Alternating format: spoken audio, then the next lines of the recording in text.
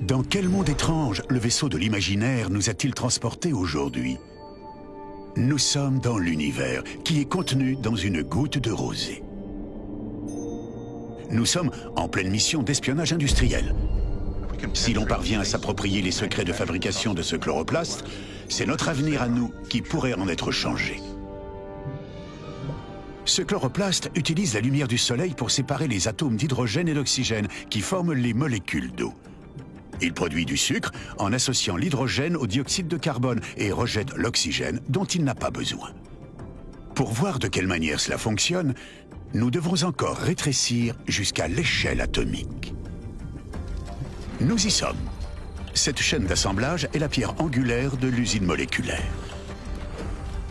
Au niveau moléculaire, les réactions sont trop rapides pour être visibles à l'œil nu. Nous allons devoir ralentir le mouvement 1 milliard de fois environ. Ces grosses molécules, c'est du dioxyde de carbone. Chacune est constituée d'un atome de carbone et de 2 atomes d'oxygène. Quand un rayon de soleil atteint une molécule de chlorophylle, il s'ensuit une série de réactions chimiques.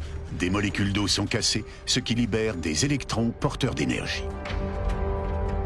Ceci correspond à l'activité diurne des chloroplastes lorsque le soleil fournit l'énergie nécessaire. Un second processus se déroule jour et nuit, alimenté par l'énergie solaire stockée durant la journée. L'énergie des électrons libres est utilisée pour associer les molécules de dioxyde de carbone aux atomes d'hydrogène de l'eau. Le résultat de ce processus, c'est du sucre dans lequel est stockée l'énergie solaire. Voilà comment les chloroplastes récupèrent l'énergie solaire depuis 3 milliards d'années. Ce sont ces microscopiques générateurs solaires qui font vivre les forêts, les cultures agricoles, le plancton des océans et les animaux, nous compris. À l'échelle mondiale, l'énergie solaire récupérée et transformée par la biosphère est égale à 6 fois celle produite par l'ensemble des activités humaines. La science peut expliquer le mécanisme chimique de la photosynthèse et reproduire le phénomène en laboratoire.